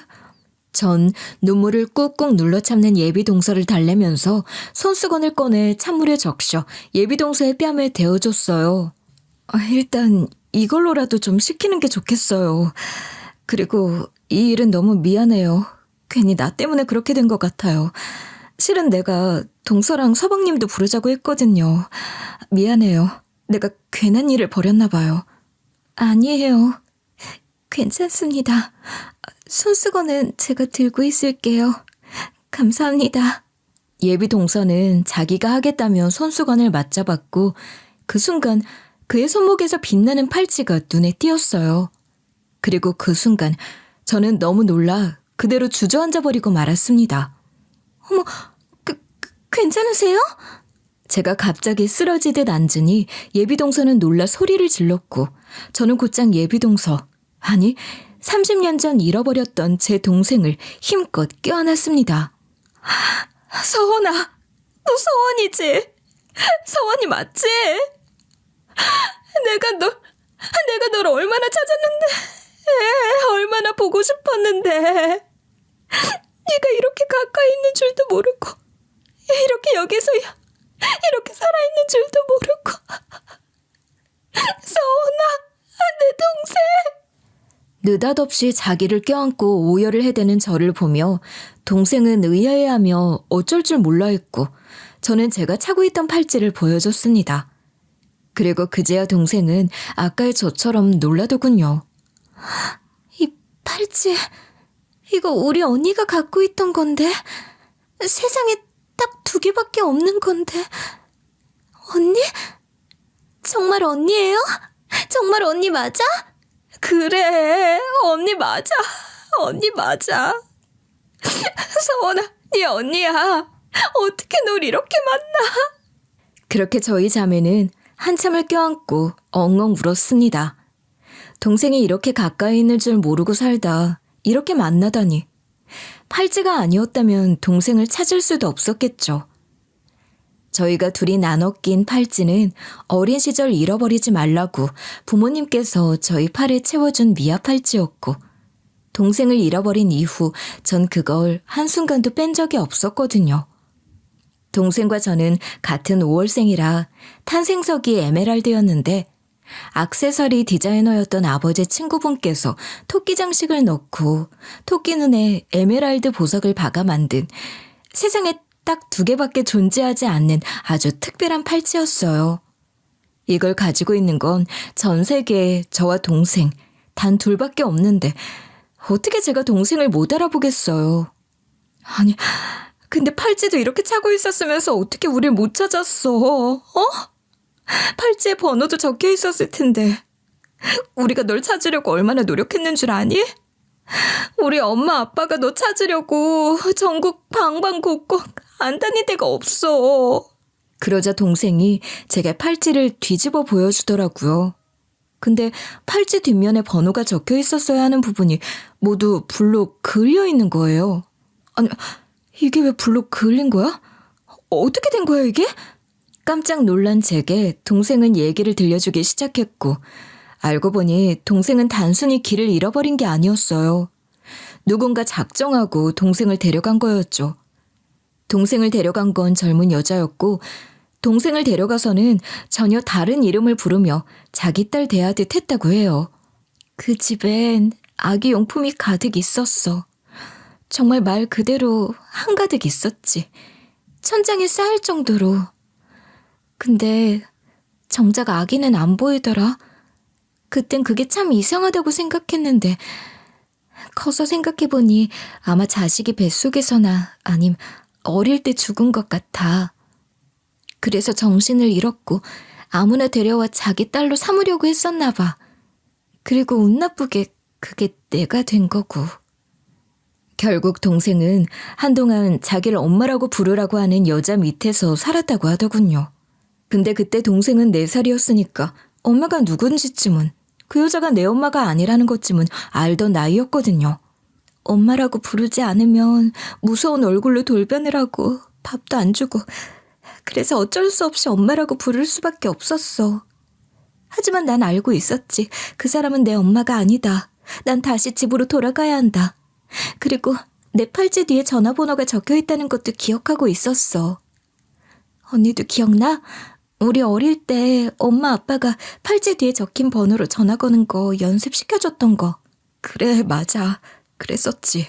그래서 그 여자가 잠든 사이 몰래 전화를 걸려고 했어. 근데 신호가 채 가기도 전에 그 여자한테 들키고 만 거야. 그때 내 팔찌를 뺏어가서는 라이터로 이 번호 부분을 지져버린 거지. 그리고 팔찌도 가져가서 돌려주질 않더라. 그때 난 모든 희망을 잃어버린 기분이었어. 그렇게 며칠을 있다가 문득 정신이 들었어. 그 어린 나이인데도 여기 있다가는 영영 엄마를 못 만날 것 같다는 생각이 들었던 것 같아. 그래서 밤중에 몰래 팔찌를 훔쳤어. 그리고 그 집에서 도망쳐 나온 거야. 왼발로 한밤중에 어딘지도 모르는 길을 달려서 있는 힘껏 최대한 멀리 달아났고 사실 그 뒤로는 기억이 안 나. 내가 눈을 떴을 땐 한 수녀님이 날 발견하신 상태였지. 그 수녀님이 날 보육원으로 데려가셨고 당시 동생은 그 집에서 당한 트라우마로 말을 잃어버린 상태였다고 하더군요. 입을 꾹 다물고 있던 탓에 이름도 부모님도 어디서 길을 잃어버렸고 어디서 살았는지도 전혀 기억을 못하는 상태였다고요. 내가 그나마 기억하는 건 이따금 떠오르던 우리 네 식구의 어렴풋한 이미지. 그게 전부였어. 그리고 이 팔찌를 항상 차고 다녔지. 이것만 차고 있으면 언젠간 꼭 가족을 다시 만날 수 있을 거라고 믿으면서. 결국 동생은 다른 이름을 받아 그렇게 보육원에서 컸던 거였죠. 네 이름은 서원이야. 그건 기억났니? 아니, 이름도 난 잊어버린 상태였어. 그 집에서의 일들이 날 그렇게 만들었나 봐. 근데 이제 들으니 기억나. 주원이, 서원이, 주서원. 아빠가 그렇게 불렀었잖아. 그치? 주서원 자매. 너희 다리 밑에서 주워왔다 그러면서 막 놀리고. 그래, 맞아. 그랬었지. 서원아, 우리 긴 얘기는 엄마 아빠랑 같이 하자. 또 보면 너무 좋아하실 거야. 아마 상상도 못하고 계실 텐데 일단 방으로 가자. 그러자 동생은 주춤하며 겁을 내는 거예요. 예비 시모가 또 난리를 칠까 걱정하는 듯 했죠. 얼마나 그동안 시달려왔으면 이렇게 덜덜 떨어댈까 싶어 마음이 찢어질 것 같더라고요. 뭐가 무서워. 이제 아무것도 두려워하지 마. 너 이제 혼자 아니야. 언니가 있고 부모님이 있는데 뭐가 무서워? 전 30년 만에 찾은 동생의 손을 꼭 붙잡고 상견례 장소로 다시 돌아갔고 왜 이렇게 오래 있다 왔냐는 물음에 난 뒤이어 따라온 동생을 보여주는 걸로 대신 답했죠. 그리고 어리둥절한 부모님께 말했어요. 우리 서원이요, 엄마, 아빠. 우리 서원이가 이렇게 살아 돌아왔어. 전 서원이의 팔을 내밀어 차고 있던 팔찌를 보여줬고 팔찌와 서원이의 얼굴을 번갈아 보던 부모님은 마침내 확신을 했죠. 우리 서원이, 네가 정말 서원이 맞니? 맞네, 맞아. 내 딸 맞아. 엄마는 30년이 지나도 널 한눈에 알아볼 수 있어. 우리 딸 맞네. 정말 우리 딸이야. 상견례를 하던 방은 졸지에 이상가족 상봉장이 되어 눈물이 차올랐고 저희 네 식구는 그렇게 뒤엉켜 한참을 울며 서로를 끌어안았어요. 어리둥절해하는 예비 시가족들에게 예비 남편이 자초지종을 설명하면서 예비 시모의 얼굴은 일그러져 가기 시작하더라고요. 그럴만도 했죠. 자기가 그렇게나 구박을 해댔던 며느리가 제 동생이란 걸 알았으니 이거 진짜 망했다 싶었을 거예요. 그게 어떻게 된 거냐면, 내가 뭔가 오해를 하게 한 것 같은데, 내가 얘를 구박하려고 한 게 아니라, 그럴 리가 있겠니? 내가 막내 며느리를 얼마나 예뻐하는데. 예비 시모는 되도 않는 변명을 늘어놓으며 동생의 머리를 쓰다듬으려는 제스처를 취했고 그 순간 동생이 갑자기 화들짝 놀라며 머리를 감싸주더군요.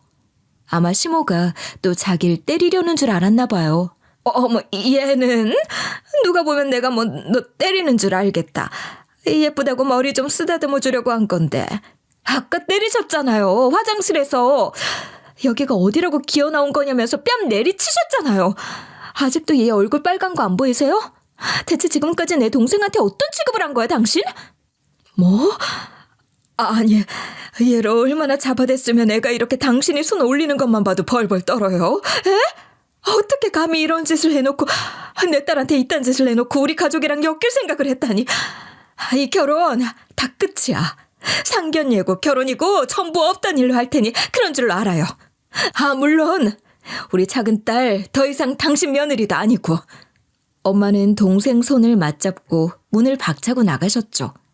그러자 예비 시모와 그 가족들은 저와 아빠를 붙잡고 빌어대기 시작하더군요. 주원 씨, 아버님, 잠깐만 고정을 하시고 일단 저희 얘기 한 번만 들어주시면 안 될까요? 제가 다 설명하겠습니다. 너무 죄송하지만 두고두고 빌겠습니다.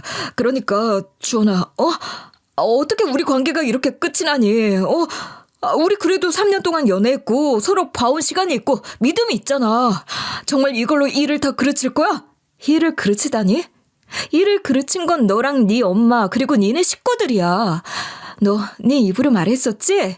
재수 씨는 니네 가족 눈밖에 났다고. 그래서 여기도 안 부르려고 했었고. 근데 이제 와서 내 동생을 그렇게 구박하고 함부로 대한 놈들이 뭐? 내가 일을 그르쳤다? 이 결혼 물러봐야 아쉬울 거 난 하나도 없어. 그러니까 여기서 쫑 내. 재수씨, 한 번만 더 생각을 해보시고 여기서 이렇게 감정적으로 모든 걸 결정할 일이 아니라 조금 차분하게 생각을 해보시는 편이. 근데 말입니다. 그때 예비 시부가 갑자기 흐름을 끊고 그러더군요. 만약 이 결혼이 깨진다고 해도 더 이상 사돈관계가 아니라고 해도 이 사건은 계속 맡아주시는 거죠? 그건 사적인 문제랑 관계없이 공적인 문제니까. 그쵸? 예비 시부의 그 말에 정신이 번쩍 들더라고요. 아, 이놈들 그게 제일 걸리는 거였겠구나. 사실 그 사건을 맡은 뒤 저는 그 병원의 모든 자료와 촬영된 카메라 영상 등등을 보게 되면서 그 병원, 그 가족의 실체를 알게 됐었거든요.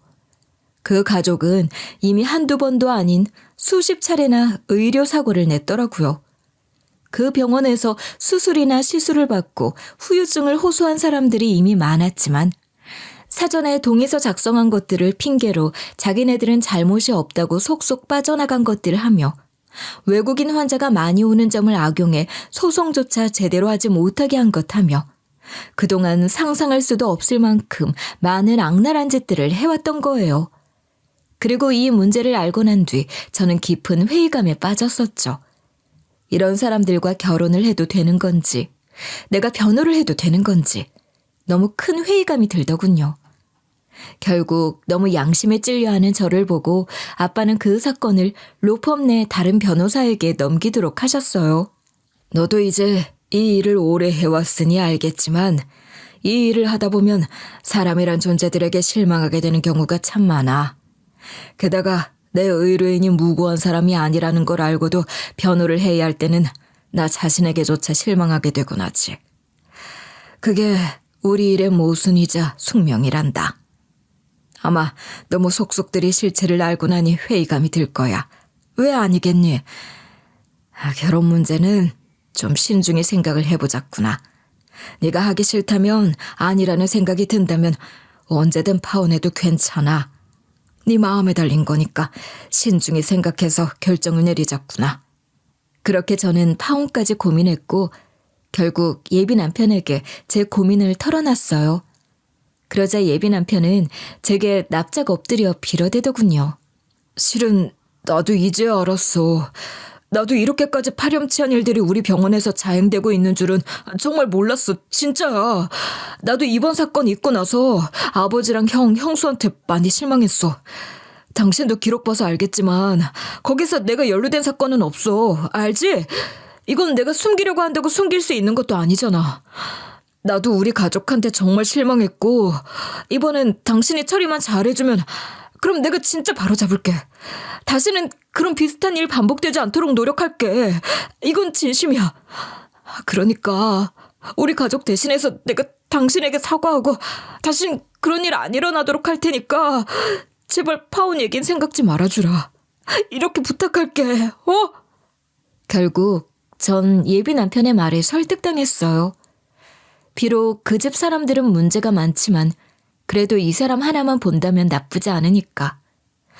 이 사람은 날 세상에서 가장 잘 알고 날 가장 잘 위로해준 사람이니까 하며 저 자신을 저 스스로도 설득했던 것 같아요. 지금 생각하면 이조차 너무 어리석은 짓이었지만. 그런데 결국 일이 이렇게 되고 나니 파혼은 당연한 거였고 이 집안 자체를 그냥 이렇게 둬서는 안 되겠다 싶더라고요. 일단 두고 보자고. 당신 그리고 당신 가족들 다 마음의 준비하고 있는 게 좋을 거야. 그렇게 엄포를 놓고는 아빠와 저도 그곳을 우선 빠져나왔죠. 그리고 집에 와서 동생의 모든 일들을 들을 수 있었는데 정말 상상 이상이더군요. 동생은 결혼 당시부터 지금까지 계속 그 가족의 종노릇을 해왔고 그건 심지어 예비 시모뿐 아닌 제 예비 남편에게까지 마찬가지였어요. 예비 남편은 제 동생을 자기 개인 시녀 취급하며 온갖 일을 다 시켜왔더군요. 제 앞에서 보여준 모습과는 180도 다른 모습이었죠. 기가 막혀. 자기 엄마는 그래도 자기는 그런 적 없다고 딱 잡아떼더니 그래도 아주버님, 아니 한상진 그 사람이 그 가족 중에 제일 나은 수준이긴 했어. 그나마 나한테 꼬박꼬박 존칭 붙여가며 말하는 유일한 사람이었으니까. 다른 사람들은 훨씬 심했지. 막말에 욕, 손찌검까지도 서슴지 않았어. 아니 대체 왜 그런 일을 당하면서 그 집에 있었던 거야? 대체 무슨 문제로 그렇게까지... 알고 보니 동생과 결혼한 시동생이 처음부터 문제의 근원이었더군요. 당연한 얘기겠지만 시동생은 제 동생을 달콤한 말로 꼬여 달도 별도 따줄 듯 굴어 결혼을 해놓고는 결혼한 지 반년도 안 돼 질렸다고 하며 동생을 무시하고 결혼 생활도 방치했다고 하더군요.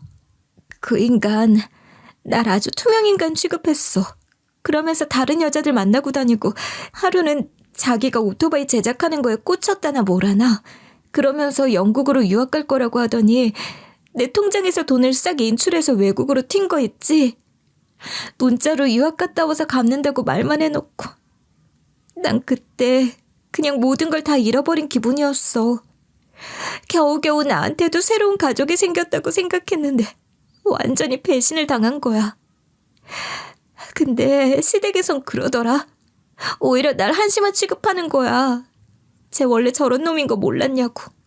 얼굴 좀 반지르르한 거 빼놓고는 뭐 하나 봐줄 거 없는 망나니 놈. 뭘 믿고 결혼했냐고. 그리고 전처랑도 결혼했다 질렸다고 6개월 만에 헤어졌다는 거야. 난 전혀 몰랐어. 혼인신고를 안 하고 그냥 살았었나 봐. 그래서 난 그 사람이 이혼남이었는 줄도 몰랐지.